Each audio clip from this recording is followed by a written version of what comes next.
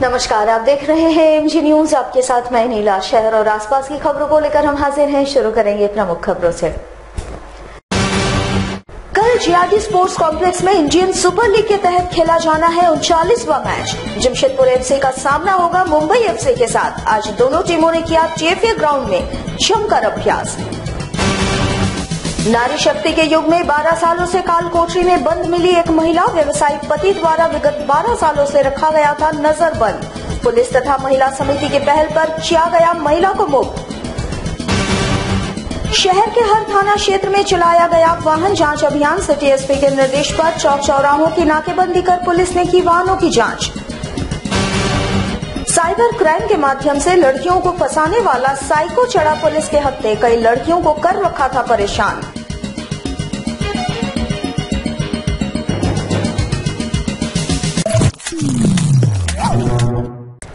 अब खबरें विस्तार से। जमशेदपुर के जीआरडी स्पोर्ट्स कॉम्प्लेक्स में आईएसएल के तहत 39वां मैच जमशेदपुर एफसी तथा मुंबई एफसी के बीच 5 जनवरी को खेला जाना है। मैच के पहले दिन दोनों टीमों के खिलाड़ियों ने अभ्यास के दौरान जमकर आज पसीना बहाया। पूरे आईएसएल के तहत खेल रही टीमों में केवल जमशेदपुर एफसी ऐसी टीम है जिसके पास अपना स्टेडियम है। टाटा स्टील की तरफ से उतारी गई टीम जमशेदपुर एफसी अब तक अपने होम ग्राउंड यानी जीआरडी स्पोर्ट्स कॉम्प्लेक्स में एक भी मैच नहीं जीत पाई है। हालांकि यहाँ मैच ड्रॉ जरूर हुए हैं और पिछला 2 मैच जमशेदपुर एफसी ने अपने ही होम ग्राउंड पर हार गई थी। लेकिन जमशेदपुर शहर की जनता को अब भी अपनी टीम से काफी उम्मीदें हैं। शायद इसलिए हर बार के मैच में स्टेडियम दर्शकों से खचाखच भरा रहता है।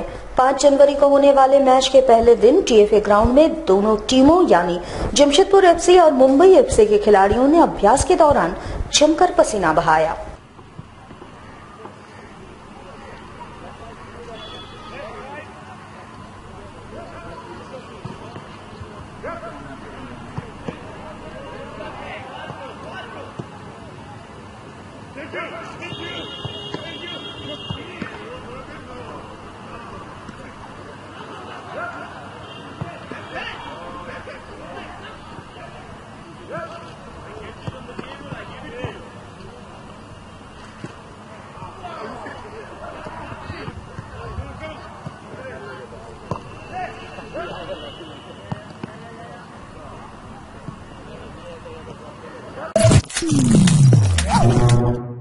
पूर्वी सिंहभूम जिले के धालभूमगढ़ थाना क्षेत्र में दिल को झकझोर देने वाला मामला प्रकाश में आया है। आपको बता दें कि धालभूमगढ़ थाना क्षेत्र का रहने वाला व्यवसायी गणेश अग्रवाल अपनी पत्नी को पिछले 12 सालों से काल कोठरी में बंद रखा था। वहीं जब इसकी जानकारी महिला समिति को लगी तो महिला को काल कोठरी से मुक्त कराने के लिए पूर्वी सिंहभूम के एसएसपी अनुप मैथ्यू को पहले पूरे मामले से अवगत कराते हुए स्थानीय थाने से सहयोग की मांग की गई। देखिए एमजी न्यूज के लिए संतोष कुमार की ये खास रिपोर्ट। वहीं जमशेदपुर के एसएसपी ने तत्काल धालभूमगढ़ थाने को महिला समिति को सहयोग करने का आदेश जारी किया। वहीं करीब 3 महीने तक अथक प्रयास के बाद महिला समिति का प्रयास रंग लाया और 12 सालों से काल कोठरी में कैद बबीता को हैवान पति के चंगुल से मुक्त कराया गया। वहीं इसके लिए महिला समिति को काफी विरोध भी झेलना पड़ा, लेकिन पुलिस के सहयोग से महिला समिति ने सफलता पाई।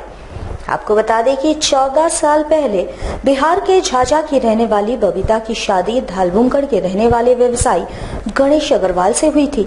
हालांकि बबीता की ये दूसरी शादी थी। शादी काफी धूमधाम से हुई और इसके 1 साल बाद बबीता ने एक बच्चे को जन्म दिया। फिर क्या था, गणेश अग्रवाल बबीता को जान से मारने की नीयत से मिट्टी तेल छिड़क कर आग के हवाले कर दिया और पैसे वाला होने के कारण पूरे मामले को रफा दफा कर दिया। इतना ही नहीं, 12 सालों से अपने ही घर की काल कोठरी में बबीता को बंधक बनाकर रखा गया। वैसे जिस काल कोठरी में बबीता को रखा गया था इसमें एक खिड़की तक नहीं है, अगर ना ही सोने के लिए बिछावन फर्श पर है और खाने में सिर्फ 2 रोटी रात में उसे दी जाती थी। वैसे बबीता के बंधक की बात बबीता के मायके वालों ने महिला समिति को बताई। सूत्रों की माने तो गणेश अग्रवाल और उसका भाई रमेश अग्रवाल काफी पैसे वाला है, जिस कारण से स्थानीय प्रशासन इनके चंगुल में है और कोई भी गणेश अग्रवाल के खिलाफ धालभूमगढ़ में आवाज नहीं उठा सकता। उधर महिला को बंधन से मुक्त करने के दौरान पुलिस और रमेश अग्रवाल के परिवार के बीच जमकर हाथापाई भी हुई। करीब 2 घंटे तक पुलिस के साथ नोकझोंक होती रही। वहीं घर में प्रवेश करने के लिए पुलिस को कड़ी मशक्कत करनी पड़ी। इतना ही नहीं, पुलिस के साथ दबंग रमेश अग्रवाल और उसके परिवार वालों ने गाली गलौज तक की। फिलहाल महिला को इलाज के लिए एमजीएम अस्पताल लाया गया है। वैसे आज भी महिलाओं पर अत्याचार जारी है और इसका जीता जागता सबूत पिछले 12 सालों से कालकोठरी में बंद ये बबीता खुद है। ये धलबुंगड़ पंचायत, नरसिंहगढ़ धलबुंगड़ पंचायत के पंचायत प्रतिनिधि जो है रत्ना मिश्रा के द्वारा हमको जानकारी मिली कि गणेश अग्रवाल ने उनकी पत्नी को विगत 2007 से पागल करार घोषित करके घर में कालकोठरी में बंद करके रखा गया था। और जब हमको सूचना मिले तो विगत 28 दिसंबर को आके हमने अपने महिला समिति के साथ निरीक्षण किया और उनके कहे अनुसार जो बताई थी हमको वो सत्यता हमें प्राप्त हुई। और उस महिला बबीता अग्रवाल से हमने मिले, उनसे बात किए, पूछे और पूछने के बाद सच्चाई मिला कि सही में वो उनको ज़बरदस्ती रखा गया, क्योंकि उसके पास कपड़ा नहीं था, गद्दा नहीं था, खाने के लिए रोटी नहीं दिया जाता है। और उस सब हम लोग वीडियो क्लिपिंग करके जाके एसएसपी से मिले। पर कल जो है एसएसपी से मिले, एसएसपी ने धलबुंगड़ थाना में फ़ोन किया। आज हमने लिखित रूप से धलबुंगड़ थाना में दिए और धलबुंगड़ थाना के प्रभारी हम लोग को सहयोग किए और उनके सहयोग से जाके हम लोग बबीता अग्रवाल को उनके घर से आज़ाद करवाएं। जमशेदपुर शहर में गुरुवार को जिला प्रशासन के द्वारा व्यापक पैमाने पर वाहन जांच अभियान चलाया गया। शहर के लगभग हर चौक चौराहों में इस दौरान पुलिस ने नाकेबंदी कर ये अभियान चलाया। इस दौरान कई बाइकर भागने के क्रम में दुर्घटनाग्रस्त भी हो गए। गुरुवार अचानक सुबह के समय ही जिला प्रशासन के द्वारा शहर के हर थाना क्षेत्र में वाहन जांच अभियान चलाया गया। सिटी एसपी के निर्देश पर यह अभियान पूरे शहर में चलाया गया। जांच के दौरान हर चौक चौराहों पर पुलिस के द्वारा नाकेबंदी कर दी गई। बिना हेलमेट, बिना सीट बेल्ट और रफ ड्राइविंग करने वालों पर नकेल कसने हेतु पुलिस के द्वारा यह अभियान चलाया गया। इस दौरान सिटी एसपी ने खुद कई चेकिंग स्थलों का मुआयना किया, साथ ही मौजूद पुलिस पदाधिकारियों को कई दिशा निर्देश भी दिया। वहीं चेकिंग देखकर भाग रहे कई बाइकर इस दौरान भागने के क्रम में दुर्घटनाग्रस्त भी हो गए। सिटी एसपी के अनुसार लगातार पूरे शहर में यह अभियान चलाया जा रहा है ताकि लोग ट्रैफिक नियमों का पालन करें। साथ ही नो पार्किंग पर खड़े वाहनों पर भी कार्रवाई इस दौरान की गई। चलेगी तो रेगुलर वर्क है हम लोगों का, तो हमेशा चलती रहेगी।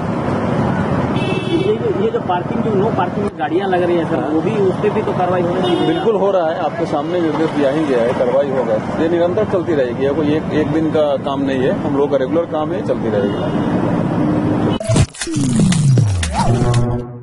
इन दिनों साइबर क्राइम में लड़कियों को फंसाकर उनका शोषण किया जा रहा है। ताजा मामला आदित्यपुर थाने में उजागर हुई, जहां पुलिस ने एक साइबर साइको को गिरफ्तार कर मीडिया को इनके करतूतों की जानकारी दी। पश्चिम बंगाल हुगली जिले के रहने वाले संतोष यादव, जो कि बिहार के बताए जा रहे हैं, इस व्यक्ति को पुलिस ने जाल बिछाकर साइबर क्राइम के तहत लड़कियों को बहला फुसलाकर उनका शोषण करने के आरोप में गिरफ्तार कर लिया है। इसके पास से सैमसंग के ड्यूल सिम वाला मोबाइल तथा एक जियो नंबर बरामद कर लिया गया है। ये व्यक्ति लगातार फेसबुक के जरिए लड़कियों से दोस्ती कर उनका अश्लील वीडियो बनाकर नेट में डालने की धमकी देकर उस लड़की का शारीरिक शोषण किया करता था। सीताराम डेरा थाने की रहने वाली एक युवती भी इसके चंगुल में फंस गई और कोलकाता ले जाकर उसके साथ भी इसने दुष्कर्म किया। सीताराम डेरा थाना पुलिस को भी इस व्यक्ति की तलाश थी। नवंबर 28 को हमारे यहाँ एक रंगदारी और अश्लील वीडियो फुटेज है जो फेसबुक और नेट पर डालने संबंधी धमकी देकर एक पोक्सो का केस प्रतिवेदी कराया गया था। नाबालिग लड़की के साथ दोस्ती कर उसका वीडियो फुटेज है सो नेट पर डालने की बात बताई गई थी। इस संबंध में हम लोगों ने प्राथमिकी अंकित कर उसको काफी तलाश कर रहे थे। वो शुभम यादव के नाम पर उससे उसकी दोस्ती हुई थी, परंतु कुछ एड्रेस नहीं था और जो नंबर इस्तेमाल किया जा रहा था वो भी दूसरे नाम से, वो गलत नंबर का इस्तेमाल किया जा रहा था। इस तरह का अनुसंधान में और भी बात प्रकाश में आया कि बहुत सारे और भी कई लड़कियों के साथ इसकी दोस्ती थी, जिनमें से एक सीताराम डेरा थाना अंतर्गत की भी एक नाबालिग लड़की को यह अपहरण कर कोलकाता ले गया था। उसके साथ दुष्कर्म करने के बाद फिर बाद में उसको छोड़ दिया था और वहाँ की पुलिस भी इसको तलाश कर रही है।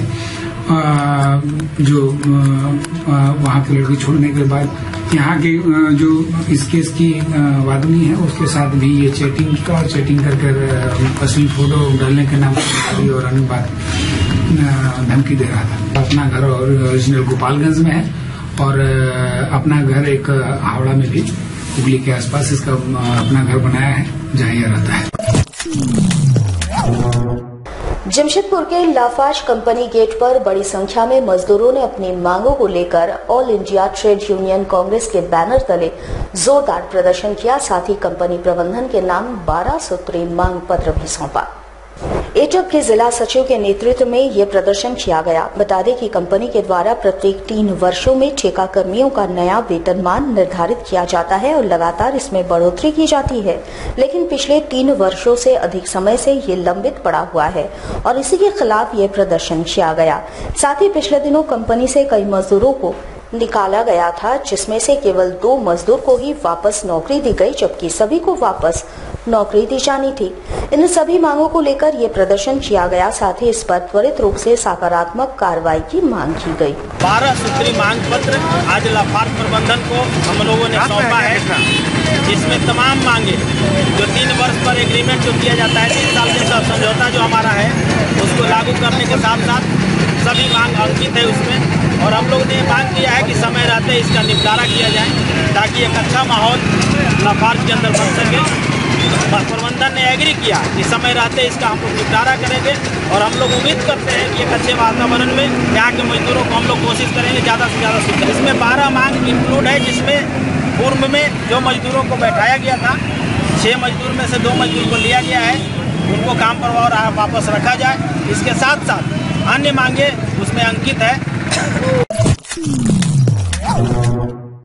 राज्य निर्वाचन आयोग की ओर से निकाय चुनाव को लेकर पोस्टर जारी कर दी गई है। वहीं पोस्टर जारी होते ही सरायकेला खरसावां जिले के आदितपुर नगर निगम के कई वार्डों में आरक्षण कोटा लागू किया गया है। वहीं परिसीमन में कई वर्तमान पार्षदों का समीकरण बिगड़ गया है। वहीं इसको लेकर कुछ वार्डों के लोग परिसीमन का विरोध करना शुरू कर दिए हैं। वहीं वार्ड 15 के सैकड़ों लोगों ने परिसीमन के खिलाफ सरकार के विरोध में मशाल जुलूस निकाला और साफ कह दिया कि जब तक जनसंख्या के आधार पर सीटों का आरक्षण नहीं किया जाता उनका विरोध प्रदर्शन जारी रहेगा। वहीं लोगों ने साफ कर दिया कि यदि राज्य निर्वाचन आयोग इस मामले में पुनर्विचार नहीं करती है तो वे निकाय चुनाव के दौरान वोट का बहिष्कार करेंगे। वहीं जनता ने परिसीमन के लिए सरकार को जिम्मेवार बताया और सरकार के खिलाफ जमकर नारेबाजी की। वैसे वार्ड संख्या 1 की जनता भी इसको लेकर विरोध जता चुकी है। वैसे पोस्टर जारी होते ही निकाय चुनाव को लेकर निगम क्षेत्र में चुनावी सरगर्मी तेज हो गई है। देखे तो हम दूसरे को चुनाव में क्यों लड़ने देंगे? हम लोग को जो मर्जी होगा, हम लोग जो जिसको मानेंगे उसी को होगा। हम लोग नहीं आदिवासी सीट को मान रहे हैं। इस चीज के लिए चाहे जो करना पड़ेगा वो करेंगे, लेकिन हम लोग नहीं देंगे वोट। कोई सामाजिक आदमी कोई देंगे ही नहीं। हम लोग इसका चाहे जो विरोध करेंगे, वोट का बहिष्कार पूरा तरह से विरोध है। हम लोग कोई नहीं देंगे। ये अभी इस सीट को जो हमारा 13 नंबर वार्ड है, ये पहले अभी 15 हो गया है। पहले ये 13 नंबर वार्ड था। अब यहाँ ये आदिवासी सीट रिजर्व कर दिया गया, जिसका हम लोग इसलिए विरोध कर रहे हैं कि यहाँ 80% आदमी जनरल है। इसलिए हम विरोध कर रहे हैं कि हम यहाँ दूसरे जाति के आदमी को खड़े होने देंगे नहीं। जमशेदपुर अभिभावक संघ के द्वारा जमशेदपुर शहर के निजी स्कूलों के द्वारा नियमों को ताक पर रखकर स्कूलों में नामांकन प्रक्रिया करवाए जाने का विरोध जताया जा रहा है। साथ ही जिले के उपायुक्त से इस मामले में त्वरित कार्रवाई की मांग की गई। गौरतलब है कि पिछले दिनों संघ के द्वारा जिले के उपायुक्त के समक्ष शिकायत पत्र सौंपी गई थी, जिसमें ये कहा गया था कि निजी स्कूलों के द्वारा आरटीई कानून का उल्लंघन किया जा रहा है। इनके अनुसार जिन अविवंचित वर्ग के छात्रों का जन्म प्रमाण पत्र नहीं बना है, उनके अभिभावक घोषणा पत्र स्कूल प्रबंधन को सौंपकर अपने बच्चे का नामांकन स्कूल में करवा सकते हैं और इससे संबंधित मांग पत्र इनके द्वारा जिले के उपायुक्त को सौंपा गया था, परंतु उपायुक्त के द्वारा आश्वासन मिलने के बाद भी इस पर कोई कार्रवाई नहीं हुई। इसके विरोध में दोबारा गुरुवार को अभिभावक संघ ने जिले के उपायुक्त कार्यालय पहुंचकर अपनी मांगों के संबंधित मांग पत्र दोबारा सौंपा और इस पर त्वरित कार्रवाई की मांग की, अन्यथा अभिभावक संघ आगे आंदोलन के लिए बाध्य हो जाएगी। 2009 एक्ट में उसके सेक्शन 14 झारखंड RT नियमावली 2011 के नियमावली 10 में 11 में यह प्रावधान है कि वैसे अभिभावक जिनके पास उनके बच्चे का जन्म प्रमाण पत्र नहीं है वे घोषणा पत्र देकर भी अपने बच्चे का नामांकन ले सकते हैं आरक्षित सीट पर। इस संबंध में पूर्व में अभिभावकों को हो रही असुविधा के कारण जमशेदपुर अभिभावक संघ ने उपायुक्त महोदय के सामने उस समस्या को रखा था कि RTA सेल द्वारा उनके आवेदन को स्वीकार नहीं किया जा रहा और उपायुक्त महोदय द्वारा हम अभिभावकों एवं संघ को आश्वस्त किया गया था कि और आदेश देने की बात भी कही गई थी। उसके बावजूद भी जब अभिभावक अभी भी जा रहे हैं तो पूर्व की तरह उनको समस्या का सामना करना पड़ रहा है। उनके घोषणा पत्र को DSC कार्यालय नहीं मान रहा है। क्या यह समझा जाए कि DSC कार्यालय और उनका विभाग RT कानून से उपायुक्त महोदय के आदेश से अपने आप को ऊंचा समझ रहा है? जमशेदपुर अभिभावक संघ आज उपायुक्त महोदय से पुनः मांग करने आया है कि उनके माध्यम से आदेश हो कि अभिभावकों का आवेदन स्वीकार किया जाए और आवेदित स्कूल में भेजने का उनके माध्यम से आदेश देने की कृपा की जाए। जमशेदपुर में कैनल क्लब और टाटा स्टील के द्वारा डॉग शो का आयोजन किया जा रहा है, जिसमें देश विदेश के श्वान अपनी प्रतिभा को दिखाकर चैंपियंस ट्रॉफी पर अपना कब्जा जमाने का प्रयास करेंगे। बिशनपुर स्थित JRD स्पोर्ट्स कॉम्प्लेक्स में 6 से 8 जनवरी तक इस प्रतियोगिता का आयोजन जमशेदपुर कैनल क्लब और टाटा स्टील के सौजन्य से किया जा रहा है, जिसके तहत एक संवाददाता सम्मेलन का आयोजन किया गया। इस आयोजन समिति के सदस्य रुचि नरेंद्रन के अलावे कैनल क्लब के कई सदस्य उपस्थित थे। वहीं पत्रकारों से बात करते हुए श्रीमती रुचि नरेंद्रन ने कहा कि 62, 63, 64 चैंपियनशिप का आयोजन इस वर्ष किया जा रहा है। ये सभी मुकाबले 3 रंगों पर किए जाएंगे, जिसमें देश भर से 278 श्वान अपना किस्मत आजमाने के लिए जमशेदपुर आ रहे हैं। 3 दिनों तक चलने वाले इस मुकाबले में कुल 36 ब्रीडों के श्वानों के बीच मुकाबला होगा, जिसमें विजेताओं को चैंपियंस ट्रॉफी दी जाएगी। इस वर्ष लोगों के लिए आकर्षण का केंद्र बेल्जियम शेफर्ड और अफगान हाउंड होगा। इसे देखने के लिए भारी संख्या में जमशेदपुर के लोग उपस्थित रहेंगे। साल होता है, इस टाइम 62nd, 63rd और 64th एनुअल डॉग शो है। जनवरी 6th, 7th और 8th को, 6th और 7th को ऑल ब्रीड शो होगा और 8th को हमारा ओबीडियंस होगा। सो 3 रिंग्स बने हैं, जैसे अब कुछ सालों से बन रहे हैं यहाँ पे। जैसे आप देख रहे हैं हमारा रिंग बिल्कुल रेडी है, वेन्यू बिल्कुल रेडी है। JRD हॉकी स्टेडियम में ही होगा, जिस प्रकार हमेशा होता है। एंट्री फ्री है, सब हमारे लोग आ सकते हैं, देख सकते हैं, एंजॉय कर सकते हैं। 6 तारीख को 8 बजे से शुरू होगा ये और यहाँ पे अलग अलग किस्म के कुत्ते आ रहे हैं। इस टाइम हमारे पास 277 एंट्रीज हैं, सारे ईस्टर्न रीजन से हैं, हैदराबाद तक से एंट्रीज आ रही हैं और जो खास कुत्ते आ रहे हैं वो है हमारे विपिट, चाव चाव, बेल्जियन शेपर्ड। आगामी 6 जनवरी को झामुमो जमशेदपुर जिला कमेटी के द्वारा भूमि अधिग्रहण बिल तथा रैयती की जमीन वापसी की मांग को लेकर सेंद्रा रैली निकाली जाएगी। इसकी तैयारी को लेकर गुरुवार को एक बैठक जमशेदपुर में आयोजित की गई। बैठक में झामुमो केंद्रीय समिति के सदस्य मोहन कर्मकार, पूर्व सांसद सुमन महतो, जिलाध्यक्ष रामदास सोरेन समेत तमाम जिले के पदाधिकारी उपस्थित थे। मुख्य रूप से इसमें सेंद्रा रैली के मुद्दों पर चर्चा की गई। बातचीत के क्रम में झामुमो केंद्रीय समिति सदस्य मोहन कर्मकार ने कहा कि वर्तमान समय के आदिवासी रैयतों के समक्ष उनकी जमीन वापसी की समस्या सबसे विकट है। जो जमीन इन्होंने कंपनी के इस्तेमाल के लिए दी थी उस कार्य से इस्तेमाल नहीं हुआ है और न ही उन्हें उनका जमीन वापस ही मिला है। भूमि अधिग्रहण बिल का भी विरोध इस रैली के माध्यम से किया जाएगा। इन्होंने कहा कि इस रैली का नाम सेंद्रा रैली दिया गया है, जिसमें पूरे जिले से आदिवासी समुदाय के लोग शामिल होंगे और पारंपरिक हथियार जैसे तीर, धनुष, भाला और ढोल नगाड़ों के साथ प्रदर्शन करेंगे। वहीं उन्होंने कहा कि अगर जिला प्रशासन इस रैली के बाद भी इन मामलों में कोई सकारात्मक पहल नहीं करती है तो आगे उग्र आंदोलन भी किया जाएगा। हम लोग का 6 तारीख को जो पूर्वी सिंहभूम जिला के द्वारा सेंद्रा रैली का जो आयोजन किया है जिला कार्यालय में, ये उसको लेकर के ये है क्योंकि जिला के भीतर में इस तरह की आदिवासी की जमीन पर आज भी एक प्रकार से दूसरे लोगों का कब्जा है। उदाहरण स्वरूप एनएच में भुवन सवर की जमीन पर यहाँ के कोई बिजनेसमैन, कोई ट्रांसपोर्टर है, वो जिला प्रशासन के साथ मिल करके बार बार बोलने के बाद भी जब इस तरह का वैसे जमीन कब्जा करने वाले लोगों को एक प्रकार से कहीं न कहीं से सत्ताधारी दल और जिला प्रशासन एक प्रकार से झारखंड मुक्ति मोर्चा बाध्य हो करके आज 6 तारीख को सेंद्रा रैली का ये कार्यक्रम यहाँ पर लिया है, जिसमें झारखंडी परंपरा के अनुसार गाजा बाजा हथियार के साथ पूरा झारखंड मुक्ति मोर्चा, हमारे कोल्हान के सभी विधायक और सारे सेंट्रल कमेटी के पदाधिकारी हो, चाहे कार्यकर्ता हो या जो भी झारखंड सेंटिमेंट लोग हैं, सभी लोग उस कार्यक्रम में उपस्थित हो रहे हैं। ऐसा कई कोर्ट का निर्णय आया है जो आदिवासी मूलवासी के हित में। आज जिला पदाधिकारी को उसकी जानकारी देने के बाद भी, ऑर्डर के कॉपी देने के बाद भी उस पर अभी तक अमल नहीं हो रहा है। इन सारी बातों को लेकर के आज ये 6 तारीख का ये रैली है। जमशेदपुर के घाघेरी क्षेत्र में बन रहे डीवीसी के पावर ग्रिड का विरोध क्षेत्र के ग्राम सभा तथा अखिल भारतीय सरना धर्म मानवा ने मिलकर जताया है। इस संबंध में इनके द्वारा जिले के उपायुक्त कार्यालय में पहुंचकर प्रदर्शन भी किया गया। आपको बता दें कि पिछले दिनों घाघेरी इलाके में डीवीसी के द्वारा पावर ग्रिड के लिए जगह चिन्हित की गई है और वहां कार्य भी प्रारंभ हो चुका है।